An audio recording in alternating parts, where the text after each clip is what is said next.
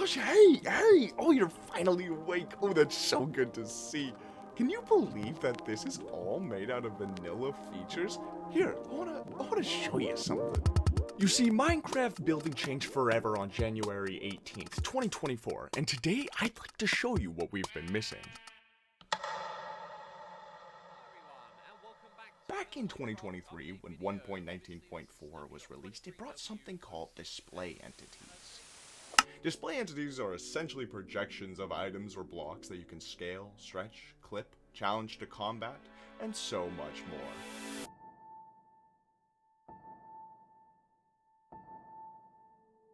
The issue is, when Mojang added display entities, they were in the most sorry state one could imagine. You could only summon and manipulate display entities through commands, and it was generally written off for being far too tedious of a process to be worth it. Then, January 8th, 2024 rolled around, and Axiom released update 2.3.0. Not only could you summon display entities easily, but you could also manipulate them in real time.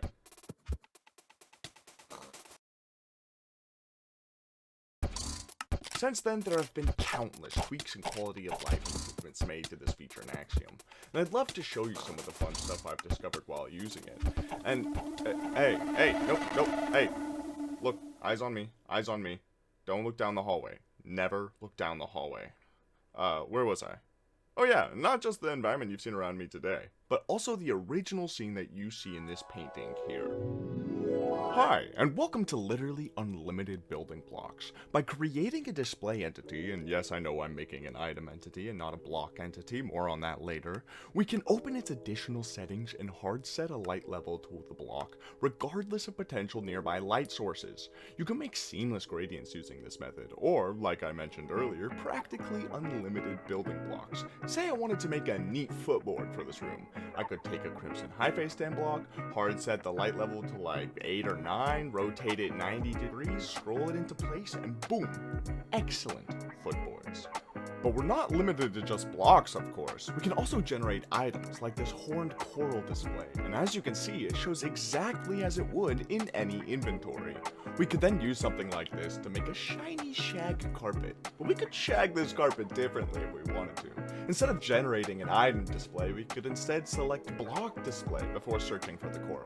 This will result in the coral fan model you know good and well, generating for your finaglement. Now we can happily shag our shiny carpet in style. Pause. Block entities are also how you would generate blocks with more advanced models like walls.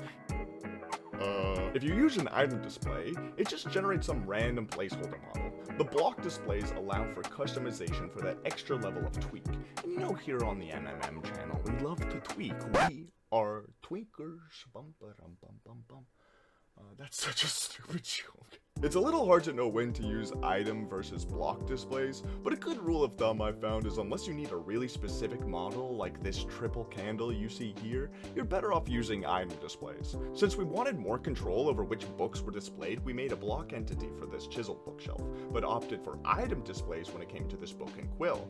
Are you starting to develop an idea of when to use which? I don't know if it's really that important, but I thought it might be kind of fun to point it out. I also tried to make a skull and crown for this scenery, but after seeing how it turned out, well, it's not there anymore. Grouping is also a huge game changer when it comes to designing things with display entities. It allows for you to connect multiple display entities together, which can save you a lot of time in the long run.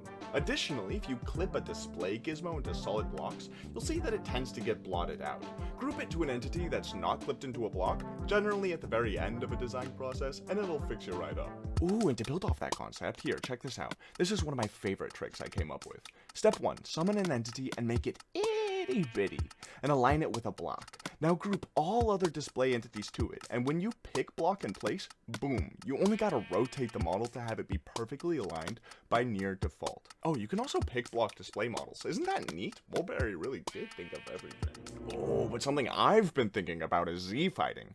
Z-fighting occurs when essentially what is a plane of atoms wants to exist in the same place in the universe as another plane of atoms, and the universe doesn't know which is really there, so it tries to show you both at the same time, leading to my computer herniating a disk. Z-fighting hasn't really been an issue with what we made here today, but I imagine it's going to be a pain in the tushy when we get around to making The painting.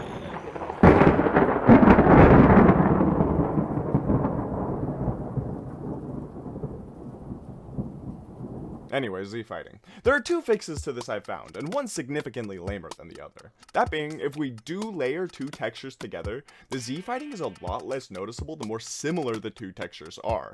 Meaning, if we have two sandstone textures layered on top of each other, it'll be tame compared to two wildly separate textures. So tame, in fact, that I think you can get away with quote-unquote visible Z-fighting in some niche cases, where you may otherwise have a more noticeable instance. But in the event of a more noticeable instance, don't worry. I said stop it. I said stop. Stop worrying. Stop! See, sizing a display naturally changes it in increments of 0.063 meters, but holding shift and sizing a gizmo results in minuscule changes. So if we have Z-fighting between two textures and just size one of the entities by a trillionth of an inch, then ta-da! A little janky of a fix, but trust me, it saved me a lot of time when creating Actually, you know what? I think it's time to get started on that.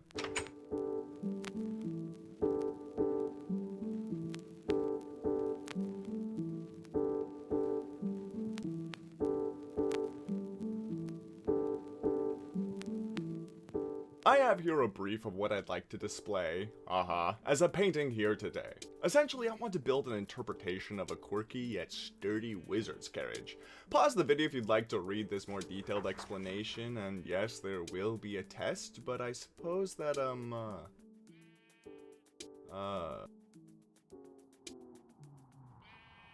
our build needs a background.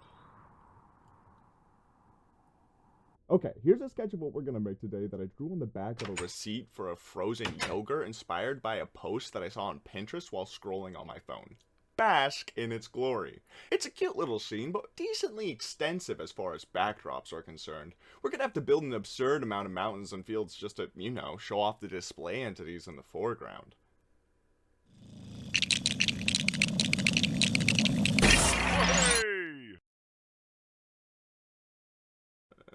Well, never mind. That was way easier than I expected. Now I feel kind of silly for making a big deal about it. Alright, let's lift up the curtain a little bit. This backdrop was made with the end goal of using it in a painting in mind, so if we peek past the frame itself and look at the mountain range and neighboring fields in their entirety, the terrain is practically a very large wedge. Additionally, I genuinely forgot how fun building terrain is with this mod. Shout out to Willitronics. His height map pack was the cornerstone of making this a quick-paced and genuinely enjoyable building experience. And I'm very pleased with what we concocted here. It's decently well fleshed out without drawing too much attention away from the wagon. And the wagon. Creating the wagon was an equally enjoyable experience, and we used all the tricks that I mentioned earlier in this video. Overriding the brightness. What about a nice 10? Oh.